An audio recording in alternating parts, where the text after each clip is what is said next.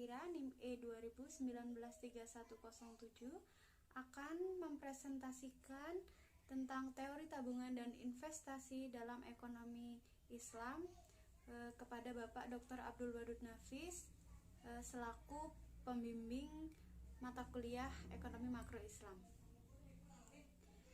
Yang pertama itu ada teori tabungan. Teori tabungan adalah selisih langsung antara pendapatan nasional dan juga konsumsi agregat, yaitu tabungan sama dengan tingkat pendapatan dikurangi konsumsi. Tabungan dalam ekonomi konvensional. Ada beberapa faktor seseorang untuk menabung.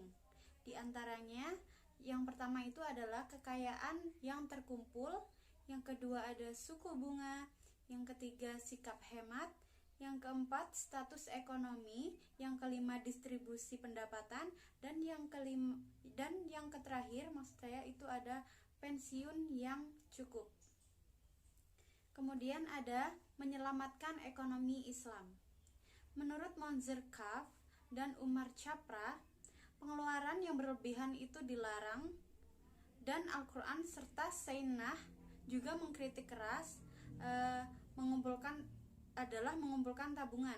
Selain itu, Kaf dan Chapra menunjukkan bahwa sistem moneter dan perbankan harus diatur dengan sedemikian rupa sehingga dapat mengurangi keinginan untuk mengeluarkan uang secara berlebihan, dan tabungan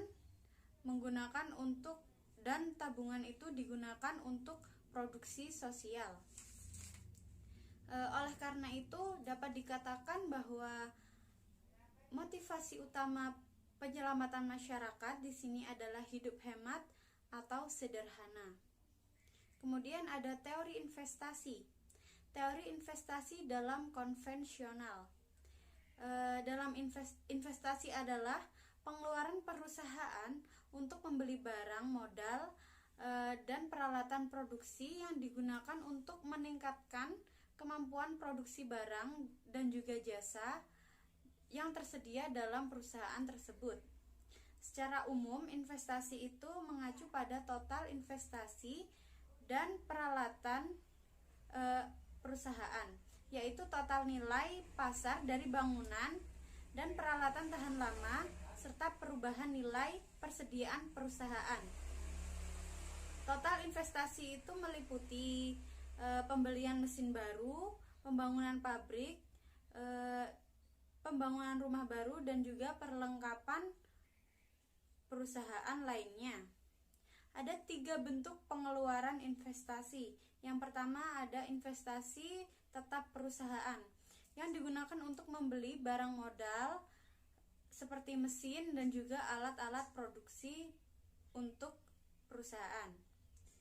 Kemudian yang kedua ada investasi residensial yang digunakan untuk membangun tempat tinggal, gedung perkantoran, dan juga gedung pabrik. Yang ketiga ada investasi persediaan. Investasi persediaan sendiri digunakan untuk perhitungan akhir tahun pada barang-barang yang tidak laku, kemudian bahan baku, dan juga stok barang yang masih dalam tahap produksi. Kemudian ada teori investasi dalam Islam. Teori investasi dalam Islam berbeda dengan teori investasi tradisional. Perbedaannya itu terletak dalam investasi tradisional dipengaruhi oleh suku bunga, sedangkan pada metode ekonomi Islam itu tidak berlaku.